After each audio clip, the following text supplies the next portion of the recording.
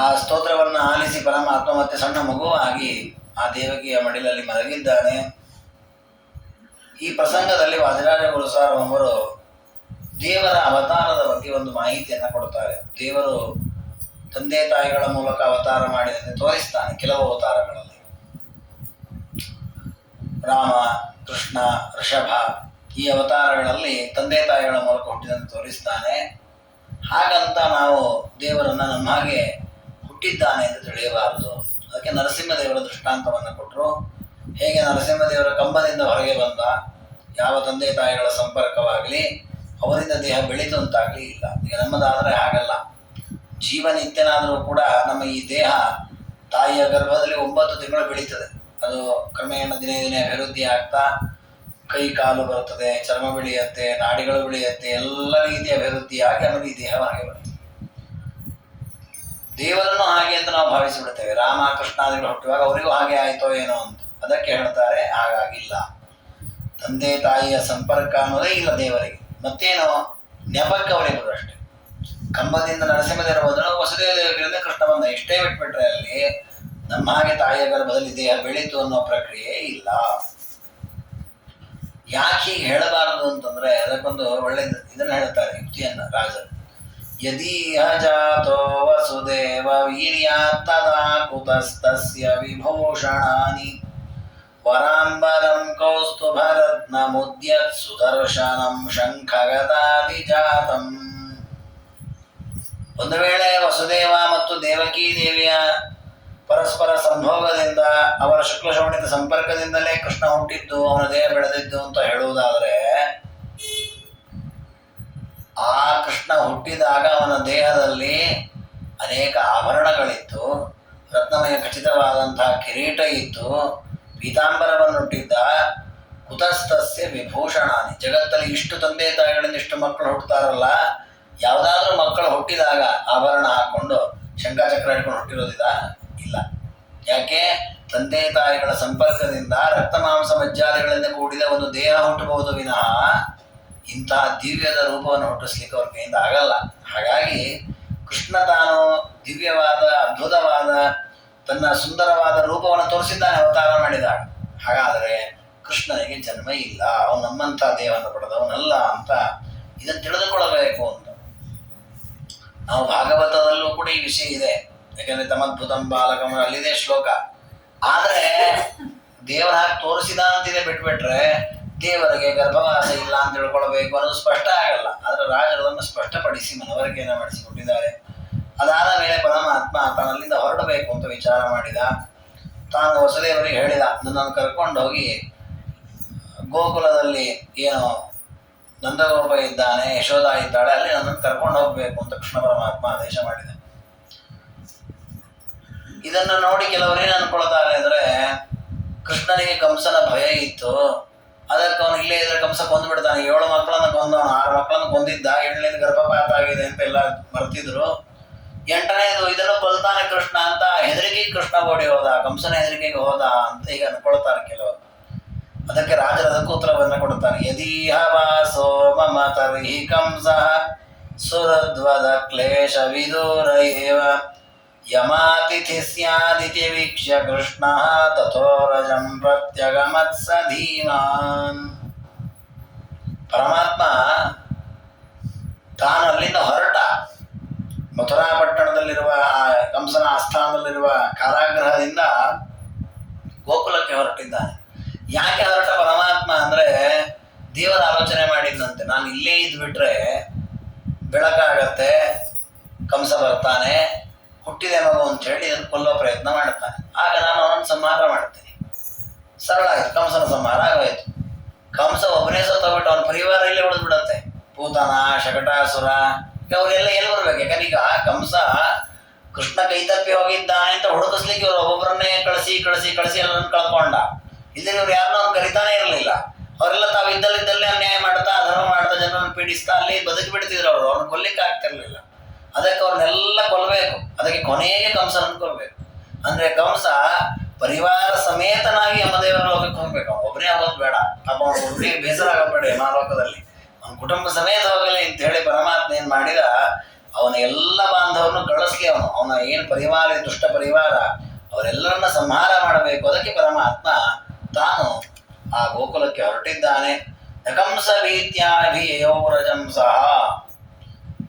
ಹೀಗೆ ನಾವು ದೇವರು ಹಾಗೆ ಹೊರಡುವ ಹಿನ್ನೆಲೆಯಲ್ಲಿ ಬೇರೆ ಬೇರೆ ಅಪೂರ್ವ ಚಿಂತನೆಯನ್ನು ಮಾಡಬೇಕೇ ವಿನಃ ದೇವರಿಗೆ ಕಂಸನ ಭಯ ಇತ್ತು ಅದಕ್ಕೆ ಹೊರಟ ಅಂತ ಹೇಳೋದು ಬಹಳ ಅಸಂಗತವಾಗತ್ತೆ. ಯಾಕೆ ಅಂದ್ರೆ ತನ್ನನ್ನ ಯಾರು ಸ್ಮರಣೆ ಮಾಡ್ತಾರೋ ಅವರಿಗೆ ಭಯ ಇಲ್ಲದಂತೆ ಮಾಡ್ತಾನೆ ದೇವರು. ಅವರೇ ನಿರ್ಭೀತಿಯಿಂದ ಬದುಕ್ತಾರೆ. ಉಪನಿಷತ್ತು ಹೇಳುತ್ತೆ, ದೇವರನ್ನ ಯಾರು ಚೆನ್ನಾಗಿ ವಿಶ್ವಾಸಕ್ಕೆ ಆರಾಧನೆ ಮಾಡ್ತಾನೆ ಅವನು ಯಾವುದರಿಂದಲೂ ಭಯ ಪಡಲ್ಲ. ಅವನು ಆರಾಮ್ ನಿರ್ಭಯದಿಂದ ಬದುಕ್ತಾನೆ. ಅಭಯಂ ತಿತೀರ್ಷತಾಂ ಪಾರಂ.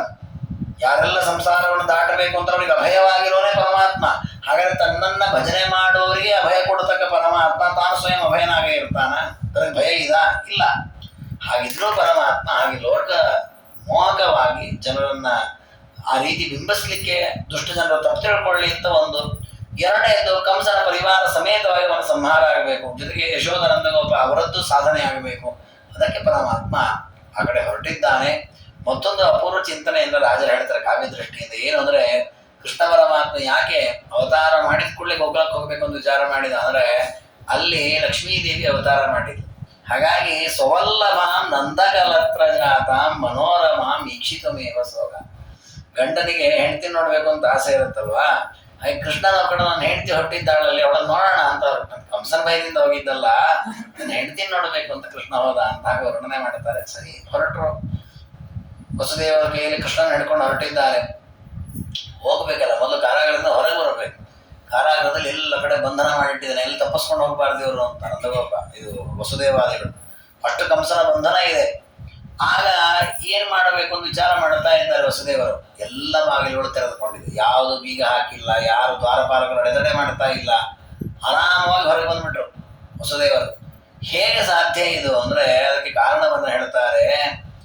ಯಾಕೆ ಅವರಿಗೆ ಯಾವುದೂ ಕೂಡ ಅಡೆತಡೆಗಳಾಗಲಿಲ್ಲ, ಬಾಗಿಲುಗಳಾಗಲಿ ಅಥವಾ ಅಲ್ಲಿರ್ತಕ್ಕ ಬೀಗಗಳಾಗಲಿ ಅಲ್ಲಿರ್ತಕ್ಕ ದ್ವಾರಪಾಲಕರಾಗಲಿ ಯಾರು ವಸುದೇವರಿಗೆ ತೊಂದರೆ ಮಾಡಲೇ ಇಲ್ಲ. ನಿಲ್ಲು ಅಂತ ಹೇಳಲಿಲ್ಲ, ಹೋಗ್ಬೇಡ ಅಂತ ಹೇಳಲಿಲ್ಲ, ಕಂಸನ ದೂರ ಕೊಡ್ಲಿಲ್ಲ, ಏನೂ ಇಲ್ಲ. ಎಲ್ಲ ಸ್ತಬ್ಧವಾಗಿದ್ದಾರೆ. ಯಾಕೆ ಅಂತಂದ್ರೆ, ಕರೆ ನಿಧಾಯ ಅದ್ಭುತ ಬಾಲಮೇನಂ ಅಭೂತ್ ಬಹಿರ್ ನಿಸ್ಸರತೋಸ್ತೆ ಶೌರ್ಯೇ. ತನ್ನ ಕೈಯಲ್ಲಿ ಕೃಷ್ಣನ ಹಿಡ್ಕೊಂಡಿದ್ದಾನೆ, ಅದರ ಪ್ರಭಾವದಿಂದ ಅವನಿಗೆ ಯಾವ ಅಡೆತಡೆಗಳು ಆಗಲಿಲ್ಲ. ತದ್ಗ್ರಹ ದ್ವಾರ ಗಣೋಂತರಾಯ ಕರಸ್ಥ ಕೃಷ್ಣಸ್ಯ ಕುತೋಂತರಾಯ. ದೇವರ ಸ್ಮರಣೆ ಮಾಡೋದೇ ನಮಗೆ ವಿಘ್ನಗಳು ಬಂದಾಗ ವಿಘ್ನ ಪರಿಹಾರ ಆಗಲಿ ಅಂತ ದೇವರ ಸ್ಮರಣೆ ಮಾಡುತ್ತೀವಿ. ದೇವರೇ ಜೊತೆಗಿದ್ದಾನೆ, ನಿನ್ನೆಲ್ಲಿ ವಿಘ್ನ ಬರಬೇಕು. ವಿಘ್ನ ಬರೋದು ಯಾವಾಗ? ದೇವರನ್ನು ಮರೆತವರಿಗೆ. ವಿಪತ್ ವಿಸ್ಮರಣಂ ವಿಷ್ಣು. ಪರಮಾತ್ಮನ ಮರೆತವರಿಗೆ ಆಪತ್ತು, ವಿಪತ್ತು, ಅಡೆತಡೆಗಳು, ವಿಘ್ನಗಳು ಇವೆಲ್ಲ ಪೀಡಿಸ್ತವೆ. ನಿತ್ಯ ದೇವರ ಸ್ಮರಣೆ ಮಾಡೋರಿಗೆ ಯಾವ ವಿಘ್ನಗಳು ಬರಲ್ಲ. ಅಂತದ್ದು ಸ್ವಯಂ ದೇವರೇ ಜೊತೆಗಿದ್ದಾನೆ, ವಸುದೇವರ ಕೈಯಲ್ಲೇ ದೇವರಿದ್ದಾನೆ. ಹಾಗೆ ಯಾವ ವಿಘ್ನಗಳು ಬರಲಿಲ್ಲ, ಸುಲಭವಾಗಿ ಹೊರಗೆ ಬಂದಿದ್ದಾರೆ. ಹೊರಗೆ ಬಂದಾಗ ಬ್ರಹ್ಮಾದಿ ದೇವತೆಗಳೆಲ್ಲ ಕಾಯ್ತಾ ಇದ್ರಂತೆ. ಯಾಕೆಂದ್ರೆ ಕಾರಾಗೃಹದ ಒಳಗೆ ಇದ್ದ ದೇವರಿಗೆ ಹೊರಗೆ ಕಾಣ್ತಾ ಇದ್ದಾನೆ ಅಂತವರೆಲ್ಲ ತದಾ ನನಾಮ ಪುರಾಣ ಪುಂಸ ಪುರುಷೋತ್ತಮಸ್ಯ ನಮಸ್ಕೃತಿಂ ಲೋಕ ವಿಡಂಬಕಸ್ಯ. ಅವರು ಆಕಾಶದಿಂದಲೇ ನಮಸ್ಕಾರ ಮಾಡಿದಂತೆ ಬ್ರಹ್ಮಾದಿ ದೇವತೆಗಳೆಲ್ಲ. ಅಲ್ಲಿ ಆಕಾಶದಿಂದ ನೋಡ್ತಾ ಇದ್ದಾರೆ, ವಸುದೇವ ಕರ್ಕೊಂಡ್ ಬರ್ತಾ ಇದ್ದಾರೆ, ಅಲ್ಲಿಂದಲೇ ನಮಸ್ಕಾರ ಮಾಡಿದ್ದಾರೆ. ಅದಕ್ಕೆ ರಾಜರಂತಾರೆ, ಯಾಕೆ ನಮಸ್ಕಾರ ಮಾಡಿದ್ರು ಅಂದ್ರೆ, ದೇವರು ಈಗ ಮಗುವಾಗಿ ಅವತಾರ ಮಾಡಿದ್ದಾನೆ. ಕೃಷ್ಣದೇವರಿಗೆ ಅವನು ಎಲ್ಲರ ಹತ್ರ ನಮಸ್ಕಾರ ಮಾಡಿಸ್ಕೊಂಡು ಗೊತ್ತು, ನಮಸ್ಕಾರ ಮಾಡಿ ಗೊತ್ತಿಲ್ಲ ಕೃಷ್ಣನಿಗೆ. ಯಾಕಂದ್ರೆ ಅವನೆಲ್ಲರಿಗಿಂತ ಉತ್ತಮ ಅಲ್ಲ. ಅದಕ್ಕೆ ನಮಸ್ಕಾರ ಮಾಡೋದು ಹೇಗೆ ಅಂತ ಒಂಚೂರು ಪಾಠ ಮಾಡೋಣ ಕೃಷ್ಣನಿಗೆ ಅಂತ ಹೇಳಿ ದೇವತೆಗಳೆಲ್ಲ ಮಾಡಿ ತೋರಿಸಿ, ದೇವರೇ ನಮಸ್ಕಾರ ಹೆಂಗ್ ಮಾಡೋದಪ್ಪ, ಯಾಕೆ ಮುಂದೆ ದೇವ್ರು ಮಾಡಬೇಕಲ್ಲ, ದೊಡ್ಡವನಾದ್ಮೇಲೆ ಮಾಡಿಸ್ತಾರೆ ಅವನ ಹತ್ರ. ಆ ಪಾಠ ಮಾಡುವಂತಿತ್ತು ಅಂತ ಹೇಳುತ್ತಾರೆ. ಸರಿ, ಸ್ವಲ್ಪ ಮುಂದೆ ಮುಂದೆ ಹೋಗ್ತಾ ಇದ್ದಾರೆ ವಸುದೇವರು. ಹೋಗುವಾಗ ಸ್ವಲ್ಪ ಮಳೆ ಬರ್ಲಿಕ್ಕೆ ಶುರು ಆಯ್ತು. ಅಗಣ್ಯ ಗೋಕುಲ ಗೋಪ ನಾಶಮಭೀಪ್ಸದ ಸ್ವೇನ ಕರಿಷ್ಯಮಾಣಂ. ಮಳೆ ಬಂದು ಪಾಪ ವಸುದೇವರಿಗೂ ಭಯ ಆಯಿತು. ಹುಟ್ಟಿದ ಮಗುವನ್ನು ತೆಗೆದುಕೊಂಡು ಹೋಗ್ತಾ ಇದ್ದೇನೆ, ಮಳೆ ನೀರು ಹನಿ ಎಲ್ಲ ಸರಿದ್ಬಿಟ್ರೆ ಏನಾಗ್ಬಿಡುತ್ತೋ ಏನೋ ಅಂತ ಪಾಪ ಬಹಳ ವ್ಯಥೆ ಪಡ್ತಾ ಇದ್ದಾರೆ. ಅಷ್ಟೊತ್ತಿಗೆ ಶೇಷದೇವರು ಬಂದರು. ಶೇಷದೇವರು ಬಂದು ವಸುದೇವ ಏನ ಕೃಷ್ಣನ ಹಿಡ್ಕೊಂಡಿದ್ದ, ಅವ್ರ ಹಿಂದೆ ತಾವು ತಮ್ಮ ಹೆಡೆಯನ್ನು ಪೂರ್ಣ ಅಗಲ ಮಾಡಿ ನಿಲ್ಲಿಸಿದ್ರಂತೆ. ಅಂದ್ರೆ ಒಂದು ಹನಿಯು ಕೃಷ್ಣನ ಮೇಲೆ ಬೀಳೋದು ಬೇಡ. ಈ ಮಳೆ ಯಾಕೆ ಬಂತು, ಶೇಷದೇವರು ಯಾಕೆ ಬಂದರು, ಎರಡಕ್ಕೂ ಕಾರಣವನ್ನು ರಾಜರು ಚಿಂತನೆ ಮಾಡಿದ್ದಾರೆ. ಏನು ಅಂತಂದ್ರೆ, ಮಳೆ ಕೊಡೋದು ಯಾರು ಲೋಕಕ್ಕೆಲ್ಲ ಅಂದ್ರೆ ಇಂದ್ರದೇವರು. ಸಾಮಾನ್ಯ ನಾವು ವರುಣನ ಆರ್ಭಟ ಅಂತೆಲ್ಲ ಪೇಪರ್ಲೆಲ್ಲ ಬರ್ತಿರ್ತಾರೆ, ಅದು ತಿಳಿಯದೇ ಹಾಕೋದು. ವರುಣದೇವರು ನೀರಿನ ಅಭಿಮಾನಿ ದೇವತೆ. ವರುಣದೇವರು ಮಳೆ ಕೊಡೋದಿಲ್ಲ, ಮಳೆ ಕೊಡೋದು ಇಂದ್ರದೇವರು. ಇನ್ನು ಮೇಘ ಏನು ಮೋಡಗಳಿದಕ್ಕೆ ಅಭಿಮಾನಿ ದೇವತೆ ಪರ್ಜನ್ಯ ಅಂತ ಒಬ್ಬ ದೇವತೆ ಇದ್ದಾನೆ, ಅವರೊಬ್ಬ ಅಭಿಮಾನಿ ದೇವತೆ. ಆದ್ರೆ ಮಳೆ ಎಲ್ಲ ಆಗಬೇಕು ಏನು ಆಗಬಾರ್ದು ಆಧಿಪತ್ಯ ಇರುತ್ತೆ ಇಂದ್ರದೇವರ ಕೈಯಲ್ಲಿ. ಅಂತಹ ಇಂದ್ರದೇವರು ಈಗ ಯಾಕೆ ಮಳೆ ಸುರಿಸಿದ್ರು ಅಂದ್ರೆ ದೇವರ ಹತ್ರ ಅದು ಕ್ಷಮಾಪಣೆ ಕೇಳ್ತಾ ಇದ್ದಾನಂತೆ. ದೇವರೇ, ಮುಂದೆ ನೀನು 5-6 ವರ್ಷದ ಬಾಲಕನಾದಾಗ ನಾನು ಜೋರು ಮಳೆ ಸುರಿಸಿ 7 ದಿನಗಳ ಕಾಲ ಇಡೀ ಗೋಕುಲವನ್ನು ನಾಶ ಮಾಡುತ್ತೇನೆ. ಹಾಗಾಗಿ ಆಗ ಮಾಡುವ ಪಾಪದ ಪ್ರಾಯಶ್ಚಿತ್ತ ಮೊದಲೇ ಈಗಿಂದ ಶುರು ಮಾಡೋಣ ಅಂತ, ಈಗಿಂದಲೇ ಕೃಷ್ಣನ ಕ್ಷಮಾಪಣೆ ಕೇಳೋಣ ಅಂತ ಹೇಳಿ ವರ್ಷ ತಸ್ಮಿನ್ ಜಲದೋಧಿ ಮಾರ್ಗಂ, ಆ ಪಾಪವನ್ನು ಕಳ್ಕೊಳ್ಳಿಕ್ಕೆ ಸ್ವಲ್ಪ ದೇವರೆದುರಿಗೆ ನೀರನ್ನು ಸುರಿಸಿದ್ರು. ಶೇಷದೇವರು ಯಾಕೆ ಬಂದು ಅದನ್ನ ಮಳೆ ಹನಿ ತಾಗದಂತೆ ದೇವರಿಗೆ ಛತ್ರದಂತೆ ಸೇವೆ ಮಾಡಿದ್ರು ಅಂದ್ರೆ ಅಗಸ್ಯ ತಸ್ಯ ಪ್ರಶಮೇಚ್ಛೈವ ಪತಿಯೌರಜಂತಂ ಪಣಿಪಸ್ತಿ ಸೇವೆ. ಶೇಷದೇವರು ಅಂದ್ಕೊಂಡ್ರಂತೆ, ದೇವರೇ, ರಾಮದೇವರ ಅವತಾರದಲ್ಲಿ ನಾನು ಲಕ್ಷ್ಮಣನಾಗಿದ್ದೆ, ಪ್ರತಿ ಕ್ಷಣದಲ್ಲಿ ನಮಸ್ಕಾರ ಮಾಡಿ ನಿನ್ನ ಸೇವೆ ಮಾಡ್ತಾ ಯುವರಾಜ ಪಟ್ಟವನ್ನೂ ಬಯಸದೆ ಕೇವಲ ರಾಮನ ಪಾದ ಸೇವೆಯನ್ನೇ ಮಾಡಿಕೊಂಡಿದ್ರು ಲಕ್ಷ್ಮಣ. ಎಂಥ ದೊಡ್ಡ ಪುಣ್ಯ! ರಾಮಾಯಣದಲ್ಲಿ ಆಚಾರ್ಯರು ತಿಳಿಸುವಂತೆ ಹನುಮಂತ ದೇವರ ನಂತರದಲ್ಲಿ ಅತಿಶಯಿತವಾಗಿ ರಾಮನಲ್ಲಿ ಭಕ್ತಿ ಮಾಡಿದ ವ್ಯಕ್ತಿ ಅಂದ್ರೆ ಲಕ್ಷ್ಮಣನೇ. ಅಷ್ಟು ಸೇವೆ ಮಾಡಿದ್ದ, ಎಲ್ಲವನ್ನೂ ತ್ಯಾಗ ಮಾಡಿದ್ದ, ನಾವು ಊಹೆ ಮಾಡಲಿಕ್ಕೂ ಸಾಧ್ಯ ಇಲ್ಲ. ಅಷ್ಟು ರಾಮನಿಗಾಗಿ ತ್ಯಾಗ ಮಾಡಿದ ವ್ಯಕ್ತಿ. ಆದ್ರೆ ಈಗ ಅಣ್ಣನಾಗಿ ಹುಟ್ಟುಬಿಟ್ಟಿದ್ದಾರೆ, ಬಲರಾಮನಾಗಿ. ಹಾಗಾಗಿ ರಾಮ ಕೃಷ್ಣ ನಮಸ್ಕಾರ ಮಾಡ್ತಾನೆ, ಇವರು ಕೃಷ್ಣನಿಗೆ ಜೋರ ಮಾಡ್ತಾರೆ. ಈ ರೀತಿ ಅಣ್ಣನಾಗಿದ್ದೇನೆ ಅನ್ನೋ ಕಾರಣಕ್ಕೆ ನನ್ನಿಂದ ನಿನ್ನ ವಿಷಯದಲ್ಲಿ ಅಪಚಾರಗಳು ನಡೆಯಬಹುದು, ಅದಕ್ಕೆ ಮೊದಲೇ ಕ್ಷಮಾಪಣೆ ಕೇಳಬೇಕು ಅಂತ ಹೇಳಿ ಅವರು ದೇವರ ಸೇವೆ ಅಂದ್ರೆ ನಾನು ಅಣ್ಣನಾಗಿ ಹುಟ್ಟಿದ್ರೂ ಕೂಡ ಎಂದೆಂದು ನಾನು ಕೃಷ್ಣನ ದಾಸನೇ ವಿನಃ ಕೃಷ್ಣನಿಗಿಂತ ದೊಡ್ಡವನಲ್ಲ ಅನ್ನುವ ಎಚ್ಚರ ನನಗಿರಲಿ ಅಂತ ಆ ಶೇಷದೇವರು ಫಣಿಪಹಾಸಿ ಸೇವೆ, ದೇವರನ್ನ ಸೇವೆ ಮಾಡಿದ್ದಾರೆ. ಹೀಗೆ ಪರಮಾತ್ಮನ ಆ ಒಂದು ಅದ್ಭುತವಾದ ಪ್ರಯಾಣ ಗೋಕುಲವನ್ನು ಕುರಿತು ಅದಕ್ಕೆ ರಾಜರು ವರ್ಣನೆ ಮಾಡ್ತಾ ಚೆನ್ನಾಗಿ ಹೇಳ್ತಾರೆ. ದೇವರನ್ನು ಕರ್ಕೊಂಡು ಆ ವಸುದೇವ ಹೋಗ್ತಾ ಇದ್ದಾನೆ, ಹಿಂದೆ ಶೇಷದೇವರು ಮಳೆಗಳೇ ಬರದಂತೆ ತಡಿತಾ ಇದ್ದಾರೆ. ಅದೇ ಕಾಣ್ತಾ ಇತ್ತು ಅಂತಂದ್ರೆ ಒಬ್ಬ ರಾಜ ದಿಗ್ವಿಜಯಕ್ಕೆ ಹೋದಂತೆ ಇತ್ತಂತೆ. ನೋಡಿ, ಅದು ಜ್ಞಾನಿಗಳಿಗೆ ಬರೋದು ದರ್ಶನವೇ ಹಾಗೆ. ನಮಗೆಲ್ಲ ಆಗುವಾಗ ಏನೋ ಒಂದು ಸಣ್ಣ ಮಗುನ್ ಕರ್ಕೊಂಡು ಹೋದ್ರು ನಾವು ಹಾಗೆ ವರ್ಣನೆ ಮಾಡ್ತೀವಿ. ರಾಜರಂತಾರೆ ರಾಜಾದಿ ರಾಜಪ್ರಭ, ದೊಡ್ಡ ರಾಜ ವೈಭವದಿಂದ ತಾನು ದಿಗ್ವಿಜಯಕ್ಕೆ ಹೋಗ್ತಾನಲ್ಲ, ಹಾಗೆ ಕೃಷ್ಣದೇವರು ಹೊರಟಿದ್ದಾರೆ. ಹೇಗೆ ಆ ಚಿಂತನೆ ಬರುತ್ತೆ ನೋಡಿ, ಅವರು ವರ್ಣನೆ ಮಾಡುತ್ತಾರೆ. ಗರ್ಜದ್ವಾರ್ವಾಹ ದುಂದುಭಿ ಪರಿಪಠದ್ ಗಂಧರ್ವ ಬಂದಿಧ್ವನಿ ಹಸ್ತಾಬ್ಜೆ ಧ್ವಜ ಚಿಹ್ನಿತೆ ಸನಿವಸನ್ ಸತ್ಪುಷ್ಪಕ ಶ್ರೀಮುಷಿ ಸ್ವರಮುಕ್ತಾಮಲ ಮಾಲ್ಯ ಚಾಮರ ಗಣಶ್ಛತ್ರಾಯಿತಾಹೀಶ್ವರ ಶಕ್ರಾದಿ ಪರಿವಾರಿತ ಪಥಿಯಯೌ ರಾಜಾದಿ ರಾಜಪ್ರಭ. ಒಬ್ಬ ರಾಜ ದಿಗ್ವಿಜಯಕ್ಕೆ ಹೋಗುವಾಗ ಅವನಿಗೊಂದು ಛತ್ರ ಹಿಡಿದಿರ್ತಾರೆ, ಅವನಿಗೆ ಚಾಮರ ಬೀಸ್ತಾ ಇರ್ತಾರೆ. ಅನೇಕ ಭಟ್ರು ಒಂದೇ ಮಾದ್ರು ಆ ರಾಜನ ಜೈ ಜೈ ಎಂದವನಿಗೆ ಸ್ತೋತ್ರ ಮಾಡ್ತಾ ಇರ್ತಾರೆ. ಆ ರೀತಿಯಲ್ಲಿ ಮೆರವಣಿಗೆ ಬರ್ತಾರೆ, ಶಬ್ದಗಳು ಅಲ್ಲಲ್ಲಿ ವಾದ್ಯಗಳ ಶಬ್ದಗಳು ಹೋಗ್ತಾ ಇರ್ತದೆ, ಹಾಗೆ ಮೆರವಣಿಗೆ ಆಗುತ್ತೆ. ಹಾಗೆ ನಮ್ಮ ಕೃಷ್ಣ ಪರಮಾತ್ಮ ಹೊರಟಾಗೂ ಇದೆಲ್ಲ ವೈಭವ ಇದೆ. ಅಲ್ಲರಿ, ವಸುದೇವ ಕೃಷ್ಣ ಇಬ್ರೇ ಹೊರಟದ್ದಲ್ಲ, ಅವ್ರು ಹೊರಟದ್ದಿಬ್ರೆ, ಅದ್ರ ದೇವರ ವೈಭವವೇ ಹಾಗೆ. ಗರ್ಜದ್ವಾರ್ವಹದುಂದುಭಿ, ಕೃಷ್ಣದೇವರು ಹೋಗ್ತಾ ಇರುವಾಗ ಅಲ್ಲಲ್ಲಿ ಮೋಡಗಳು ಶಬ್ದ ಮಾಡ್ತಾ ಇವೆ, ಅವೆಲ್ಲ ವಂದ್ಯಮಾಗಲು ಸ್ತೋತ್ರ ಮಾಡ್ತಾ ಇದ್ದಂತೆ. ಆ ರೀತಿ ವಾದ್ಯದ ವೈಭವ. ಪರಿಪಠದ್ ಗಂಧರ್ವ ಬಂದಿಧ್ವನಿ, ರಾಜ ಹೋಗುವಾಗ ಅನೇಕ ಹೊಗಳು ಭಟ್ರು ಹೊಗಳ್ತಾ ಇರ್ತಾರೆ ರಾಜನನ್ನ. ಇಲ್ಲಿ ಕೃಷ್ಣದೇವರು ಹೊರಟಾಗ ಸುಳ್ಳು ಹೊಗಳ್ತಾ ಇಲ್ಲ, ದೇವರ ನೈಜವಾದ ಚರಿತ್ರೆಯನ್ನೇ ಮೇಲೆ ಗಂಧರ್ವರೆಲ್ಲ ಗಾನ ಮಾಡ್ತಾ ಇದ್ದಾರೆ. ಹಸ್ತಾಬ್ಜೆ ಧ್ವಜ ಚಿಹ್ನಿತೆ ಸನಿವಸನ್ ಸತ್ಪುಷ್ಪಕ ಶ್ರೀಮುಷಿ, ಒಳ್ಳೊಳ್ಳೆಯ ಪುಷ್ಪಗಳ ಕಾಂತಿಯನ್ನು ಮೀರಿಸುವಷ್ಟು ಸುಂದರವಾದ ಅನೇಕ ವಿಧವಾದ ಹೂಗಳನ್ನು ಬಿಟ್ಟು ಅನೇಕ ಗಿಡಮರಗಳಲ್ಲಿ ಶೋಭಿಸ್ತಾ ಇವೆ. ಅವೆಲ್ಲ ಇವನಿಗೆ ಪುಷ್ಪದ ವರ್ಷಣವನ್ನು ಮಾಡುವಂತೆ ಕಾಣ್ತಾ ಇದೆ. ಇನ್ನು ಅಲ್ಲಿ ಛತ್ರವನ್ನು ಹಿಡಿದಿರ್ತಾರೆ, ಇಲ್ಲಿ ಶೇಷದೇವರೇ ಛತ್ರದಂತೆ ದೇವರ ಸೇವೆಯನ್ನ ಮಾಡ್ತಾ ಇದ್ದಾರೆ. ಅಲ್ಲಿ ಚಾಮರವನ್ನ ಬೀಸ್ತಾ ಇದ್ರೆ ಇಲ್ಲಿ ಸ್ವರಮುಕ್ತಾಮಲ ಮಾಲ್ಯ ಚಾಮರಗಣ, ದೇವಲೋಕದ ದೇವತೆಗಳೇ ಚಾಮರದಂತೆ ದೇವರನ್ನ ಬಗ್ಗೆ ನಮಸ್ಕಾರ ಮಾಡೋದು ಮೇಲೋದು, ಅದೇ ಚಾಮರದಂತೆ ದೇವರಿಗೆ ಸೇವೆ ಮಾಡ್ತಾ ಇದ್ದಾರೆ. ಹೀಗೆ ಇಂದ್ರಾದಿ ದೇವತೆಗಳಿಂದ ಸ್ತುತನ ಆಗ್ತಾ ಒಂದೊಂದು ಹೆಜ್ಜೆಯವರು ಮುಂದೆ ಹೋಗ್ತಾರೆ. ವಸುದೇವರು ಇಂದ್ರಾದಿ ದೇವರುಗಳು ಮುಂದೆ ಮುಂದೆ ಹೋಗ್ತಾ ಇದ್ದಾರೆ, ಯಾಕೆ ದೇವರಿಗೆ ನಮಸ್ಕಾರ ಮಾಡಿ ದೇವರು ಮತ್ತೆ ಮುಂದೆ ಹೋಗ್ಬಿಟ್ಟ ಅಂತ. ಅಷ್ಟು ದೇವರಲ್ಲಿ ಶ್ರದ್ಧೆ ಇದೆ ಅವರಿಗೆ. ಅಂತಹ ಆ ರೀತಿಯ ವೈಭವದಿಂದ ರಾಜಾದಿ ರಾಜಪ್ರವಾಹ, ರಾಜ ಮಹಾರಾಜನಂತೆ ಕೃಷ್ಣ ಪರಮಾತ್ಮ ಆ ದಾರಿಯಲ್ಲಿ ಹೋಗಿದ್ದಾನೆ. ರಾಜನ ಯಾಕೆ ಈಗ ವರ್ಣನೆ ಮಾಡೋದು ಅಂದ್ರೆ, ಕೃಷ್ಣ ಕಣ್ತಪ್ಪಿಸಿ ಕಣ್ಮುಚ್ಚಿರ ಓಡಿ ಹೋಗ್ಬಿಟ್ಟ, ಅವನ್ನೆಲ್ಲ ಬಚ್ಚಿಟ್ಬಿಟ್ರಲ್ಲ, ಎಲ್ಲರಿಗೂ ಕಾಣುವಂತೆ ಕೃಷ್ಣದೇವರು ಹೋದ. ಆದ್ರೆ ಏನ್ ಮಾಡೋದು, ಇವ್ರಿಗೆ ಗೊತ್ತಾಗ್ಲಿಲ್ಲ ಕೃಷ್ಣ ಹೋಗಿದ್ದಾನೆ ಅನ್ನೋದು. ಕೃಷ್ಣದೇವರು ಆ ಅಕ್ಕಪಕ್ಕ ಇರತಕ್ಕಂತ ದ್ವಾರಪಾಲಕರಿಗೆ, ಕಾವಲುಗಾರರಿಗೆ, ಕಾರಾಗೃಹದ ಸಿಬ್ಬಂದಿಗಳಿಗೆ ಇವೆಲ್ಲ ಮಲ್ಕೊಂಡ್ಬಿಟ್ರಪ್ಪ, ನಾವು ಒಂಚೂರು ಹೋಗ್ಬೇಕು ಗೋಕುಲಕ್ಕೆ ಅಂತ ಯಾರು ಮಲಗಿಸಿಲ್ಲ. ಅವ್ನ ಪಾಡಿಗೆ ಹೊರಟಿದ್ದಾನೆ ಕೃಷ್ಣ. ಅವ್ರು ಯಾರು ತಡೆದಿರಲಿಲ್ಲ, ಹಿಡ್ಕೋಬೋದಿತ್ತು ಅವರು. ಅದು ತಾತ್ಪರ್ಯ ದೇವರ ಸಂಕಲ್ಪ ಇತ್ತು ಅಂದ್ರೆ ಯಾರು ಎಷ್ಟೇ ಪ್ರಯತ್ನ ಪಟ್ಟರು ಯಾರ ಕೈಯಿಂದಲೂ ಯಾವ ಕೆಲಸವೂ ನಡೆಯಲ್ಲ, ದೇವರ ಸಂಕಲ್ಪ ಇದ್ರೆ ಮಾತ್ರ ನಡೆಯುತ್ತೆ. ಹಾಗಾಗಿ ಆ ಕಂಸ ಎಷ್ಟು ಪ್ರಯತ್ನ ಪಟ್ಟ, ಏನು ಪ್ರಯೋಜನ. ಕೃಷ್ಣ ಪರಮಾತ್ಮನ ಕರ್ಕೊಂಡು ವಸುದೇವರು ಆ ಕಡೆ ನದಿಯ, ಯಮುನಾ ನದಿಯ ಆ ಭಾಗದಲ್ಲಿ ಒಂದು ವಸ್ತ್ರದ ಗೃಹ, ಅದನ್ನ ಆಚಾರ್ಯ ತಾತ್ಪರ್ಯದಲ್ಲಿ ಹೇಳ್ತಾರೆ. ಕಂಸನ ಸಾಮಂತಕ್ಕೆ ಒಳಪಟ್ಟ ಪ್ರದೇಶದಲ್ಲಿ ಬದುಕಿದ್ದವು ನಂದಗೋಪ. ಈ ನಂದಗೋಪರು ಯಶೋಧಾದೇವಿಯನ್ನು ಕರ್ಕೊಂಡು ಕಂಸನಿಗೆ ಕಪ್ಪು ಕಾಣೆ ಕೊಡಬೇಕು ಅಂತ ಅವ್ರು ಬರ್ತಾ ಇದ್ರಂತೆ ಅವ್ರ ಊರಿನಿಂದ. ಅವ್ರ ಗೋಕುಲದಿಂದ ಬಂದು ಯಮುನಾ ನದಿಯ ತೀರದಲ್ಲಿ ಒಂದು ಬಟ್ಟೆಯದ್ದೇ ಮಂದಿರ ಮಾಡ್ಕೊಂಡು ಅಲ್ಲಿ ವಾಸ ಮಾಡಿಕೊಂಡಿದ್ರು ಅವರು. ಆಗ ಅವತ್ತು ರಾತ್ರಿ ಮಲಗಿದಾಗಲಿ ದುರ್ಗಾದೇವಿ ಅವತಾರವಾಗಿದೆ. ಅವತ್ತೇ ವಸುದೇವರು ಕೃಷ್ಣನ ಕರ್ಕೊಂಡು ಅಲ್ಲಿಗೆ ಬರ್ತಾ ಇದ್ದಾರೆ. ಇದಿಷ್ಟನ್ನ ವರ್ಣನೆ ಮಾಡಿ ಮೊದಲನೇ ಸರ್ಗವನ್ನು ಮುಗಿಸಿ ಮುಂದೆ ಎರಡನೇ ಸರ್ಗದಲ್ಲಿ ಹೇಳುತ್ತಾರೆ. ತಥೋ ಯಶೋಧಾಂ ಸ್ವಕುಲಸ್ಯ ಪುಣ್ಯ ಲಸದ್ಯ ಶೋಧಾಂ ಹಿ ಕರಿಷ್ಯಮಾಣ ಸಗೋಕುಲಂ ಗೋಕುಲ ಗೋಪ ಪುಂಜ ವಿಭೂಷಿತಂ ಪ್ರಾವಿಶದಬ್ಜ ನೇತ್ರ. ಆ ಕೃಷ್ಣ ಪರಮಾತ್ಮನ ಕೈಯಲ್ಲಿ ಹಿಡಿದು ವಸುದೇವರು ಆ ಗೋಕುಲವನ್ನು ಪ್ರವೇಶ ಮಾಡಿದ್ದಾರೆ.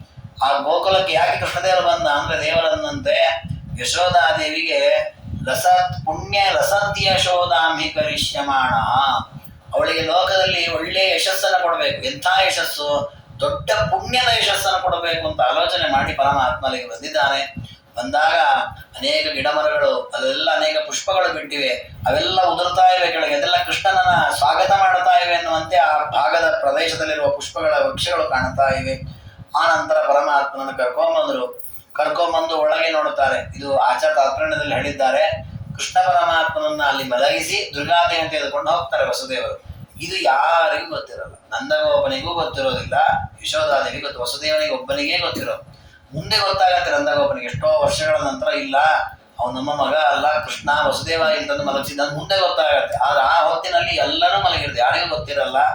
ಅಲ್ಲಿ ಹೋಗಿ ಆ ಕೃಷ್ಣನ ತೆಗೆದುಕೊಳ್ಳುತ್ತಾರೆ. ಕೃಷ್ಣನ ಮಲಗಿಸ್ತಾರೆ, ದುರ್ಗಾದೇವಿ ತೆಗೆದುಕೊಳ್ತಾರೆ ವಸುದೇವರು. ವಿಮುಕ್ತ ವರ್ಗಾಧಿಪತಿಂ ಪತಿಂ ಶ್ರೀ ಶಿಶುಂ ತಮಾಲೋಕ್ಯ ಸುಲಜ್ಜಿದೇವ ಯೇಷ ದೋಷಾಂತರ ಏವ ಗಂತುಂ ಸ್ವಯಂ ಗೃಹೀತಾರ್ಭಕರಮ್ಯ ರೂಪ. ಅಲ್ಲ, ಕೃಷ್ಣ ಪರಮಾತ್ಮ ಬಂದ, ಸಂತೋಷವಾಗಿ ದುರ್ಗಾದೇವಿ ಅಲ್ಲೇ ಇರ್ಬೇಕಿತ್ತಲ್ಲ, ಹೊರಟು ಬಿಟ್ಲು ದುರ್ಗಾದೇವಿ. ಯಾಕೆ ಹೊರಟು ಬಿಟ್ಲು? ಲಕ್ಷ್ಮೀದೇವಿ ದೇವರ ಹೆಂಡತಿ, ಹಾಗಿದ್ರು ಯಾಕೆ ಹೊರಟು ಬಿಟ್ಲು? ದುರ್ಗಾದೇವಿಗೆ ಒಂಥರ ನಾಚಿಕೆ ಆಯ್ತಂತೆ. ಯಾಕೆಂದ್ರೆ ಜಗತ್ತಿನ ಸ್ವಾಮಿ, ಮುಕ್ತರ ಒಡೆಯನಾದ ಪರಮಾತ್ಮ ಸಣ್ಣ ಮಗುವಾಗಿ ಬಿಟ್ಟಿದ್ದಾನೆ. ಇನ್ನು ತಾನು ಜಗತ್ತಿನ ತಾಯಿ ಅಂತ ಕರೆಸ್ಕೊಂಡು ತಾನು ಸಣ್ಣ ಮಗುವಾಗಿ ಸಣ್ಣ ಬಾಲ ರೂಪದಲ್ಲಿದ್ದೇವೆ. ಹಾಗಾಗಿ ತಮ್ಮ ರೂಪಗಳನ್ನು ನೋಡಿ ಅವ್ರಿಗೊಂಥರ ನಾಚಿಕೆ ಆಯ್ತಂತೆ. ಹೀಗೆ ಹೇಗಿರೋದು ನಾವು ಅಂತ ಹೇಳಿ ಬೇಡ ಅಂತ ಅಲ್ಲಿಂದ ಹೊರಟು ಬಿಟ್ಲು ಅಂತ. ಹೀಗೆ ಲಕ್ಷ್ಮೀದೇವಿ ಹೊರಟದ ಒಂದು ಹಿನ್ನೆಲೆಯನ್ನು ಹೇಳ್ತಾರೆ. ಅದ್ರ ಜೊತೆಗೆ ಮತ್ತೊಂದು ಅಪೂರ್ವ ಚಿಂತನೆಯನ್ನು ಕೊಡ್ತಾರೆ. ಏನದು ಅಂತಂದ್ರೆ, ಲಕ್ಷ್ಮೀದೇವಿ ಎಂದೂ ಪರಮಾತ್ಮನ ಬಿಟ್ಟಿರೋದೇ ಇಲ್ಲ. ಹರಿ ವಕ್ಷಸ್ಥಲ ಮೈತ್ಯ ತೃಪ್ತ. ಕೃಷ್ಣ ಪರಮಾತ್ಮ ಬರುವಾಗಲೂ ಕೃಷ್ಣನ ಜೊತೆಗೇ ಇಲ್ಲವಳು, ಇಲ್ಲಿ ಮಲಗಿಸಿದಾಗಲೂ ಕೃಷ್ಣನ ಜೊತೆಗೇ ಇರ್ತಾಳೆ, ಮುಂದೆಯೂ ಕೃಷ್ಣನ ಜೊತೆಗೆ. ಯಾಕೆಂದ್ರೆ ದೇವರ ವಕ್ಷಸ್ಥಲದಲ್ಲಿ ಲಕ್ಷ್ಮೀದೇವಿ ನಿತ್ಯ ಇರ್ತಾರೆ, ಯಾರು ಬೇರ್ಪಡಿಸ್ಲಿಕ್ಕೆ ಆಗೋದಿಲ್ಲ. ಆ ರೀತಿಯ ಸ್ಥಾನವನ್ನು ಪರಮಾತ್ಮ ಕೊಟ್ಟಿದ್ದಾನೆ. ಆದರೂ ಕೂಡ ಸುಮ್ಮನೆ ಕಾವ್ಯದ ದೃಷ್ಟಿಯಿಂದ ವರ್ಣನೆ ಮಾಡಿದ್ದಾರೆ. ಅದಾದ ಮೇಲೆ ಮತ್ತೊಂದು ಚಿಂತನೆಯನ್ನು ಹೇಳ್ತಾರೆ ರಾಜರು. ಕೃಷ್ಣನನ್ನ ಮಲಗಿಸಿದ್ರು, ದುರ್ಗಾದೇವಿ ತೆಗೆದುಕೊಂಡು ಹೊರಟರು ವಸುದೇವರು. ಇದೇನು ಸೂಚನೆ ಮಾಡುತ್ತೆ ಅಂದ್ರೆ, ಪರಮಾತ್ಮನ ಸೇವೆ ಮಾಡಿದ್ರೆ ಲಕ್ಷ್ಮೀ ಪ್ರಾಪ್ತಿ ಆಗತ್ತೆ. ಮುಕುಂದ ಸೇವಾರ್ಹ ಫಲಂಸ್ಮತಾವದ್ ಅಹನ್ನಿವಾಥಾನಕ ದುಂದುವಿಸ್ತಾಂ ಶಿಶು ಸ್ವರೂಪಾಂ ಕಮಲಾಂ ಸ್ವಹಸ್ತೆ ಸವಿಭ್ರದಭ್ಯಾಗಮದ ಆತ್ಮವಾಸಂ. ನೋಡಿ, ಅವರು ದೇವರನ್ನು ಕರ್ಕೊಂಡ್ ಬಂದಿದ್ದಾರೆ. ಇಷ್ಟು ಹೊತ್ತು ದೇವರ ಸೇವೆ ಮಾಡಿದ್ರು, ದೇವರು ಹೇಳಿದಂತೆ ನಡ್ಕೊಂಡ್ರು, ದೇವರನ್ನ ಸ್ತೋತ್ರ ಮಾಡಿದ್ರು. ಈ ರೀತಿ ದೇವರ ಸೇವೆ ಮಾಡಿದಕ್ಕೆ ಏನು ಸಿಕ್ತು? ಲಕ್ಷ್ಮಿ ಸಿಕ್ತು. ಲಕ್ಷ್ಮೀ ದೇವಿ ಅಂದ್ರೆ ಎಲ್ಲ ವಿಧವಾದ ಸಂಪತ್ತು, ಜ್ಞಾನ ಸಂಪತ್ತಿರಲಿ, ಆರೋಗ್ಯ ಸಂಪತ್ತಿರಲಿ, ಶಕ್ತಿ ಸಂಪತ್ತಿರಲಿ, ಭೂಮಿ ಸಂಪತ್ತಿರಲಿ, ಯಾವ ಧನ ಧಾನ್ಯ, ಎಲ್ಲ ವಿಧವಾದ ಸಂಪತ್ತಿಗೂ ತಾಯಿ ಒಡತಿ ಮಹಾಲಕ್ಷ್ಮೀ ದೇವಿ. ಆ ಲಕ್ಷ್ಮೀದೇವಿ ಅನುಗ್ರಹ ಆಗಿ ನಾವು ಮೋಕ್ಷ ಆಗ್ಲಿಕ್ಕೂ ಲಕ್ಷ್ಮೀದೇವಿ ಅನುಗ್ರಹ ಬೇಕು. ಹಾಗಾಗಿ ಅಂತ ಲಕ್ಷ್ಮೀದೇವಿಯನ್ನ ಪರಮಾತ್ಮ ಅನುಗ್ರಹ ಪೂರ್ವಕವಾಗಿ ಅನುಗ್ರಹಿಸ್ತಾನೆ. ಯಾವಾಗ? ದೇವರ ಸೇವೆಯನ್ನು ಮಾಡಿದ್ರೆ. ಇದರಿಂದ ಏನು ಸೂಚನೆ ಮಾಡಿದ್ರು ರಾಜರು ಅಂತಂದ್ರೆ, ಮಧ್ವಾಚಾರ್ಯರು ಗೀತಾ ಭಾಷೆಯಲ್ಲಿ ಒಂದು ವಿಷಯವನ್ನು ಹೇಳುತ್ತಾರೆ. ಏನು ಅಂದ್ರೆ, ಅವ್ಯಕ್ತೋಪಾಸನೆ ಅಂತಿದೆ. ಅಂದ್ರೆ ಲಕ್ಷ್ಮೀ ದೇವಿಯ ಉಪಾಸನೆಯನ್ನು ಅವ್ಯಕ್ತೋಪಾಸನೆ ಅಂತ ಕರೀತಾರೆ. ಪ್ರಕೃತಿ ಅಭಿಮಾನಿ ದೇವತೆ ಆದ ಲಕ್ಷ್ಮೀ ದೇವಿಯ ಉಪಾಸನೆ. ಇದನ್ನು ನೇರವಾಗಿ ಮಾಡಬಾರದು. ನಮ್ಮಲ್ಲಿ ನೀವು ಮಾಧ್ವ ಪರಂಪರೆಯಲ್ಲಿ ಒಂದು ಕ್ರಮ ಇದೆ. ಲಕ್ಷ್ಮೀ ದೇವಿಯನ್ನು ನೇರವಾಗಿ ಉಪಾಸನೆ ಮಾಡುವ ಕ್ರಮ ಇಲ್ಲ. ಲಕ್ಷ್ಮೀ ದೇವಿ ಅಂತಲ್ಲ, ಪಾರ್ವತಿ ಇರ್ಬೋದು, ಶಚೀದೇವಿ ಇರ್ಬೋದು, ಯಾವುದೇ ನೀವು ದೇವತಾ ಸ್ತ್ರೀಯನ್ನು ತೆಗೆದುಕೊಳ್ಳಿ, ಸಪತಿಯರಾಗಿಯೇ ಸೇವೆ. ಅಂದ್ರೆ ರುದ್ರದೇವರ ಜೊತೆಗೆ ಪಾರ್ವತಿ ಪೂಜೆ, ಅದೇ ರೀತಿ ನೀವು ಸರಸ್ವತಿ ಪೂಜೆ ಮಾಡೋದಾದ್ರೆ ಬ್ರಹ್ಮದೇವರ ಜೊತೆಗೆ, ಭಾರತಿ ಪೂಜೆ ಮಾಡಿದ್ರೆ ಮುಖ್ಯ ಪ್ರಾಣ ಜೊತೆಗೆ, ಹೀಗೆ ಚಿಂತನೆ ಇದೆ. ಲಕ್ಷ್ಮೀ ದೇವಿ ಪೂಜೆ ಹಾಗೆ. ನಮ್ಮಲ್ಲಿ ಚಂಡಿಕಾ ಪೂಜಾ ಅಂತೆಲ್ಲ ಮಾಡ್ತಾರೆ, ದುರ್ಗಾ ಪೂಜೆ. ಮಾಡುವಾಗಲೂ ಲಕ್ಷ್ಮೀ ನರಸಿಂಹದೇವರ ಚಿಂತನೆ ಮಾಡಿಯೇ ದುರ್ಗಾ ಪೂಜೆ ಮಾಡ್ತಾರೆ. ಕೇವಲ ದುರ್ಗಾರ್ಪಣ ವಸ್ತು ಅಂತನೋ ದುರ್ಗಾದೇವಿಗೆ ಪೂಜೆ ಅಂದ್ರೆ ಹೀಗೆ ಮಾಡುವ ಕ್ರಮ ಇಲ್ಲ. ಯಾಕೆಂದ್ರೆ ಆಚಾರ್ಯ ಹೇಳ್ತಾರೆ, ಯಾವ ದೇವತಾ ಸ್ತ್ರೀಯರು ತಮ್ಮ ಪತಿಯನ್ನ ಬಿಟ್ಟು ಪೂಜೆ ಮಾಡಿದನ್ನು ಸ್ವೀಕಾರ ಮಾಡಲ್ಲ. ನಮ್ಮಲ್ಲೂ ಹಾಗೆ ಇರಲ್ವಾ, ನಾವು ಮನೆಗೆ ಬಂದು ಹೆಂಡತಿನ ಕರೆಯೋದು, ನೀವು ಬರಲೇಬೇಕು, ತಪ್ಪಿಸ್ಲಿಕ್ಕಿಲ್ಲ ಅಂತ. ಗಂಡನ ಕರೆಯೋಂಗಿಲ್ಲ ಇಲ್ಲ. ಆಗ ಹೆಂಡತಿ ಬರ್ತಾಳ, ಬರಲ್ಲ ಅವಳು, ನನ್ನ ಗಂಡನಿಗೆ ಅವಮಾನ ಆಗುತ್ತೆ, ಅವ್ರ ಜಾಗ ನಾನು ಬರಲ್ಲ ಅಂತಾಳೆ. ಅಂದ್ರೆ ಪತಿವ್ರತಾ ಸ್ತ್ರೀ ಆಗಿದೆ. ಮತ್ತೆ ಗಂಡ ಬರಲೇಬಾರದು ಅಂತ ಇವಳಿಗೋದಲ್ಲಿ ಹೇಳಿದ್ರೆ ಅವಶ್ಯ ಬಂದ್ಬಿಡ್ತಾಳೆ, ಅದು ಬೇರೆ ವಿಷಯ. ಅಂತೂ ವ್ಯವಸ್ಥೆ ಇರೋದು, ಶಾಸ್ತ್ರೀಯ ವ್ಯವಸ್ಥೆ ಇರೋದು ಹಾಗೆ. ಹಾಗಾಗಿ ಆಚಾರ್ಯರು ತಿಳಿಸ್ತಾರೆ, ಎಂದೂ ಕೂಡ ಲಕ್ಷ್ಮೀ ದೇವಿನ ನೇರವಾಗಿ ಪೂಜೆ ಮಾಡೋ ಹಾಗಿಲ್ಲ. ಅದಕ್ಕೆ ರಾಜರಂತಾರೆ, ಲಕ್ಷ್ಮೀ ದೇವಿಯ ನಿಮಗೆ ಪ್ರಾಪ್ತಿಯಾಗಬೇಕು, ಸಂಪತ್ತು ಬೇಕು ಅಂತ ಆಸೆ ಇತ್ತ, ನಾರಾಯಣನ ಜೊತೆಗೆ ಆರಾಧನೆ ಮಾಡಿ, ನಿಮ್ಗೆ ಸಂಪತ್ತು ಬರುತ್ತೆ, ಎಲ್ಲವೂ ಬರುತ್ತೆ. ಇದಕ್ಕೆ ರಾಜರದ್ದೇ ಒಂದು ಕೃತಿ ಇದೆ, ಶ್ರೀ ಶ್ರೀ ಶ್ರವಣದರ್ಪಣ ಅಂತ. ಅವ್ರು ಬರೀ ಲಕ್ಷ್ಮೀ ದೇವಿಯನ್ನು ಸ್ತೋತ್ರ ಮಾಡಿಲ್ಲ ಅದರಲ್ಲಿ. ಲಕ್ಷ್ಮೀ ದೇವಿ ಸ್ತೋತ್ರವೇ ಇದೆ, ಅಪಾದ ಮಾಡಿ ಲಕ್ಷ್ಮೀ ದೇವಿ ವರ್ಣನ ಇದೆ ಅದರಲ್ಲಿ. ಆದರೆ ಯುವಾನೋ ಸತತಂ ನವಯೋಧಿಕ ಅಂತ ಹೇಳಿ ಲಕ್ಷ್ಮೀನಾರಾಯಣರಿಬ್ಬರನ್ನೂ ವರ್ಣನೆ ಮಾಡ್ತಾರೆ. ಸುಮುಖವು ಸುಂದರತರವು ಸುನಾಸವು ಸುಖಚಿತ್ತನು ನಮಾ ನಾರಾಯಣಸ್ತುಮ. ಯಾಕೆಂದ್ರೆ ಕೇವಲ ಲಕ್ಷ್ಮೀ ದೇವಿಯ ಉಪಾಸನೆ ಸರಿಯಲ್ಲ, ಶಾಸ್ತ್ರ ಹೇಳಿದ ನಾರಾಯಣನ ಜೊತೆಗೆ ಆರಾಧನೆಯನ್ನು ಮಾಡಬೇಕು ಅಂತ. ಅದನ್ನು ಕೂಡ ರಾಜರು ಈ ಮೂಲಕ ಸೂಚನೆ ಮಾಡಿದರು. ಅಲ್ಲಿ ಆ ಯಶೋಧಾದೇವಿಯ ಮಡಿಲಲ್ಲಿ ಆ ಕೃಷ್ಣನನ್ನು ಮಲಗಿಸಿದ್ದಾರೆ. ದುರ್ಗಾದೇವಿಯನ್ನು ಸ್ವೀಕಾರ ಮಾಡಿ ತಾವು ತಲ್ಲಿಂದ ಹೊರಟಿದ್ದಾರೆ. ಪ್ರಭಾತ ಕಾಲೇ ಖಲಮಭ್ರಗಾಸ ಪ್ರಬೋಧ್ಯ ಬಂಧಾತ್ ಪಿತರೌ ಯೋಜ್ಯ ಹರೇ ವಿಯೋಗೋದಿತ ಚಿತ್ತ ಚಿಂತಾಂ ವಿಭೇದ ಮಾತು ಶಯನೀಯ ಸಂಸ್ಥಾ. ಕಂಸನ ಮನೆಗೆ ವಾಪಸ್ ಬಂದಿದ್ದಾರೆ, ಕಾರಾಗೃಹಕ್ಕೆ ಬಂದರು.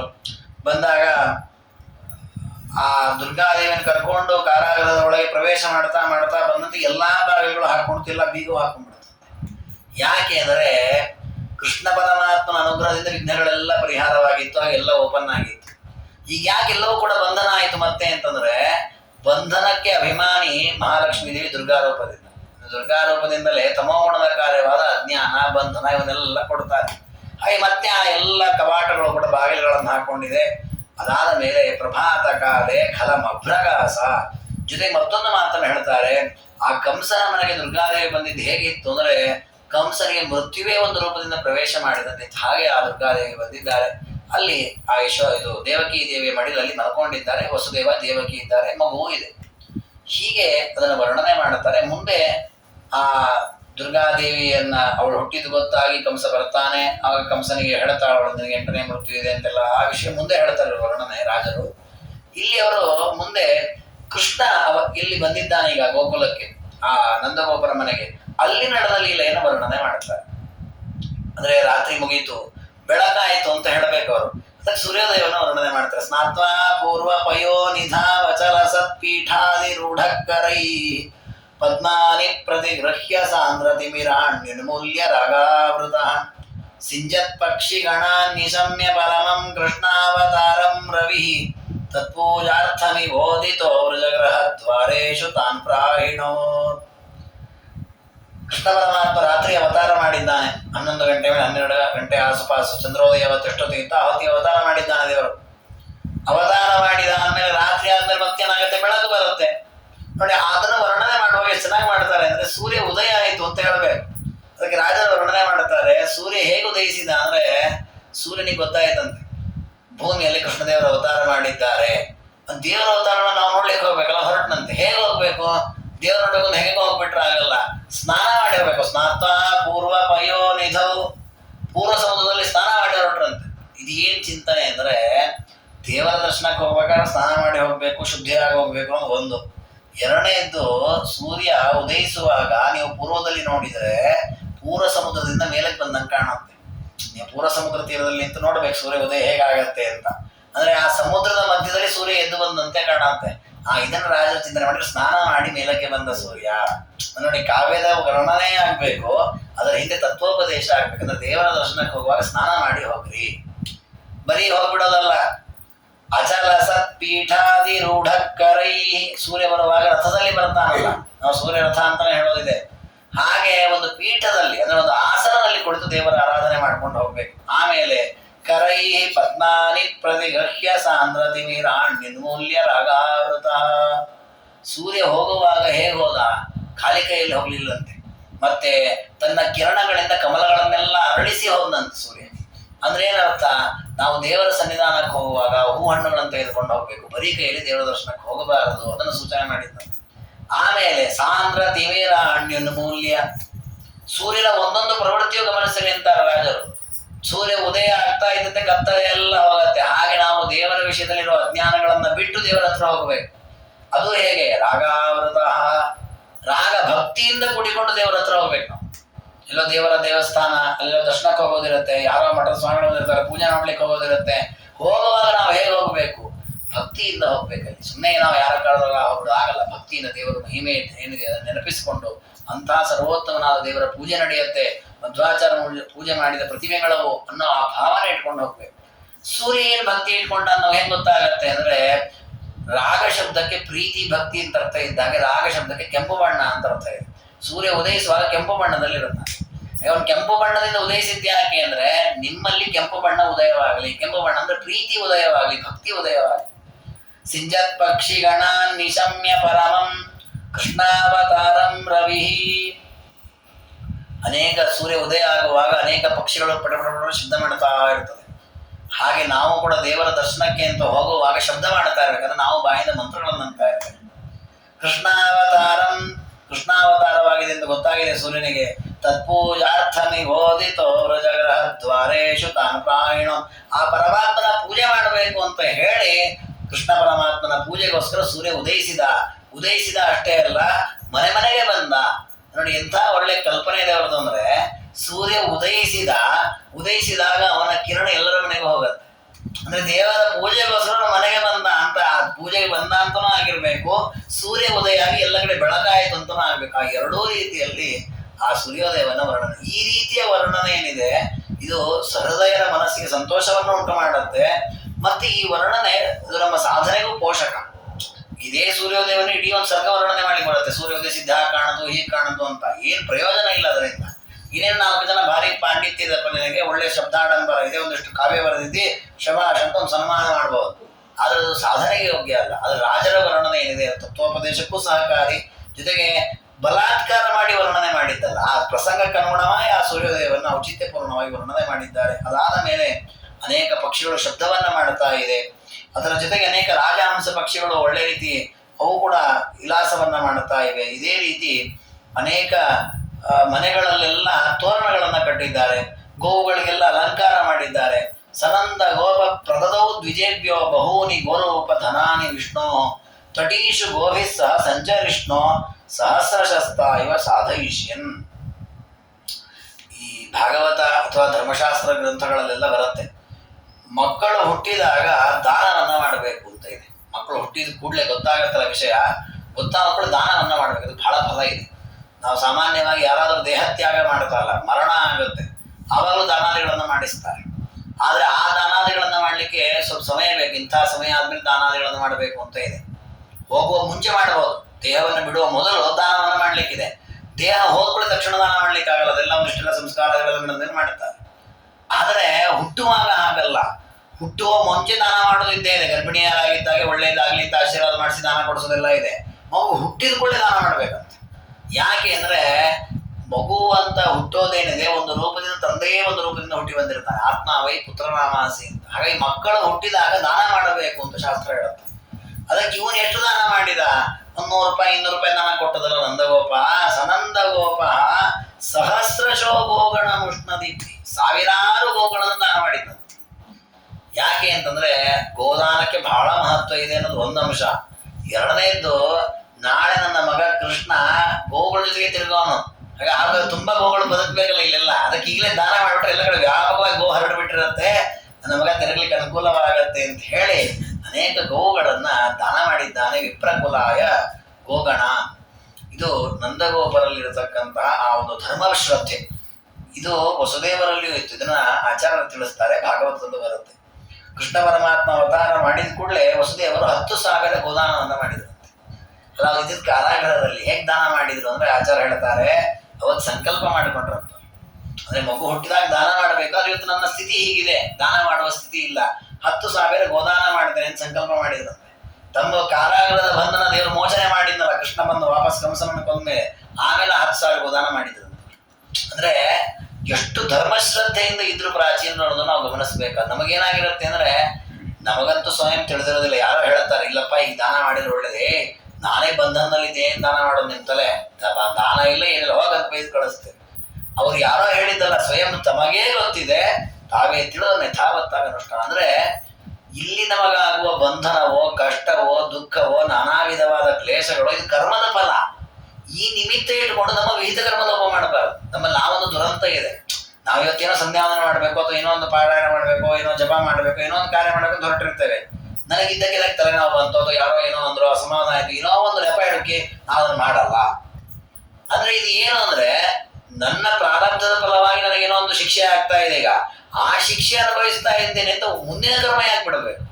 ಮುಂದಿನ ಕರ್ಮ ನನ್ನ ಕರ್ತವ್ಯ, ಮುಂದಿನ ಜನ್ಮಕ್ಕೆ ಕಾರಣ ಆಗತ್ತದು. ನಾವು ಅದನ್ನ ಆಲೋಚನೆ ಮಾಡಲ್ಲ. ಅದಕ್ಕೆ ಆ ನೆಪ ಇಟ್ಕೊಂಡು ಇದನ್ನು ಬಿಟ್ಬಿಡ್ತೇವೆ. ಆದ್ರೆ ನಮಗ್ ಬೇಕಾಗಿತ್ತು ಅಂತ ಆದ್ರೆ ಎಂತಹ ಅಸಮಾಧಾನ ಇರಲಿ, ಎಂತಹ ಸಮಸ್ಯೆ ಇರಲಿ, ಅದನ್ನ ಅವಶ್ಯವಾಗಿ ನಾವು ಆಸ್ವಾದನೆ ಮಾಡ್ತೀವಿ. ಹಾಗಾಗಿ ಇದು ನಮ್ಮ ಅಭಿಮಾನ, ನಮ್ಮಲ್ಲಿರ್ತಕ್ಕಂತಹ ಅಜ್ಞಾನಾದಿಗಳ ಪ್ರಭಾವ, ಅದನ್ನು ನಾವು ತಿದ್ದುಕೊಳ್ಬೇಕು. ಅದಕ್ಕೆ ಇಂಥ ಜ್ಞಾನಿಗಳು, ಇಂಥ ದೊಡ್ಡ ಧರ್ಮ ಆಚರಣೆ ಮಾಡಿರ್ತಕ್ಕ ಒಳ್ಳೊಳ್ಳೆ ವ್ಯಕ್ತಿಗಳನ್ನ ನಾವು ಆದರ್ಶವಾಗಿ ತೆಗೆದುಕೊಳ್ಳಬೇಕು. ಅಂತೂ ಈ ನಂದಗೋಪರು ಅನೇಕ ಗೋವುಗಳನ್ನು ದಾನ ಮಾಡಿದರೆ ಬಹಳ ಸಂತೋಷ ಆಗಿದೆ ಅವರಿಗೆ.